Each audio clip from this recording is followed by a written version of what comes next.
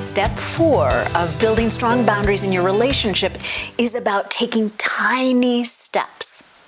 When Dave and I built that fence between us and our neighbors and the wild dog, it took us longer than a week, and it cost several $1,000s. So don't expect yourself to have that fence built all at once. Take it one fence post at a time. Let's identify the fence posts. The first fence post is to get a clear vision. When Dave and I were building that fence between us and our neighbors, the first thing we had to do was make a choice about what kind of fence. Did we want chain link so it felt open and airy? Or did we value our privacy and we wanted to feel safe and secure? In your relationship, ask yourself what kind of character of life you want to create. If you value spontaneity, make sure you have boundaries that allow your choices to stay flexible. If you value safety and security, make sure your boundaries help you feel held and secure. The second fence post is to get specific. When Dave and I built that fence between us and our neighbors, we chose to make it very private, but we still had to make specific choices like what kind of wood, what screws will we use to put the fence together. In your marriage, it will help if you get very specific about the fence posts and boundaries that you create. For example, in my marriage, we have a financial summit on Saturday mornings. That allows us to have a specific time dedicated to talking about finances, but it also allows us a week free of financial conflict. Fence post 3, execute. When we were building our fence, we encountered some unexpected problems. The ground was super rocky, and we couldn't dig the fence post ourselves, and instead we had to hire a backhoe. When the wood panels arrived, some of them were split, and we had to return them.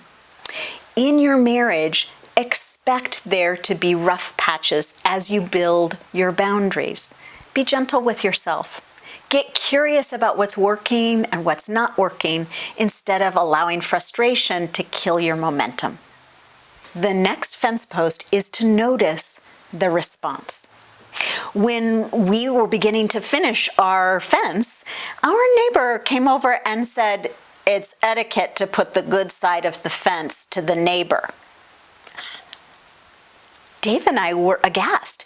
We had not asked our neighbor to spend a dime, nor to lift a finger to build this fence, and we were building the fence because of their wild dog. We were so frustrated, we were tempted to blow up. And this is going to happen in your marriage. Just when you have given every ounce of energy in the hot sun, digging holes and pouring cement, your sweetheart will ask for more. This is when your schmuckiest behavior wants to come back and you want to turn into that wild dog. Resist this temptation and instead notice the response of your sweetheart. The thing about boundaries most of the time is you're getting clarity between the two of you, but occasionally what happens when you set a boundary is that this will ignite your sweetheart's worst behavior. Don't give in to the challenge of turning into the wild dog and biting.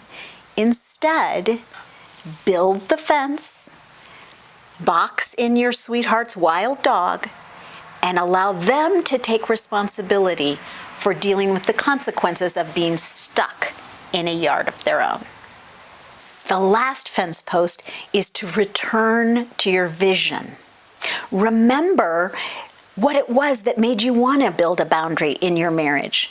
You wanted to feel safe. You wanted to feel spontaneous.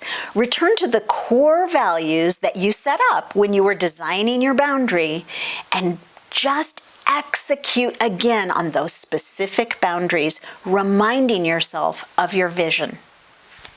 Try this. Number 1, clarify your vision. Discuss what you want your joined lives to look like. Number 2, get specific.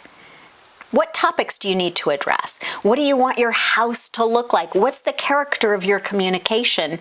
And how do you want to treat each other? Number 3, execute. Then live according to the agreements that you made. Number 4, notice the response.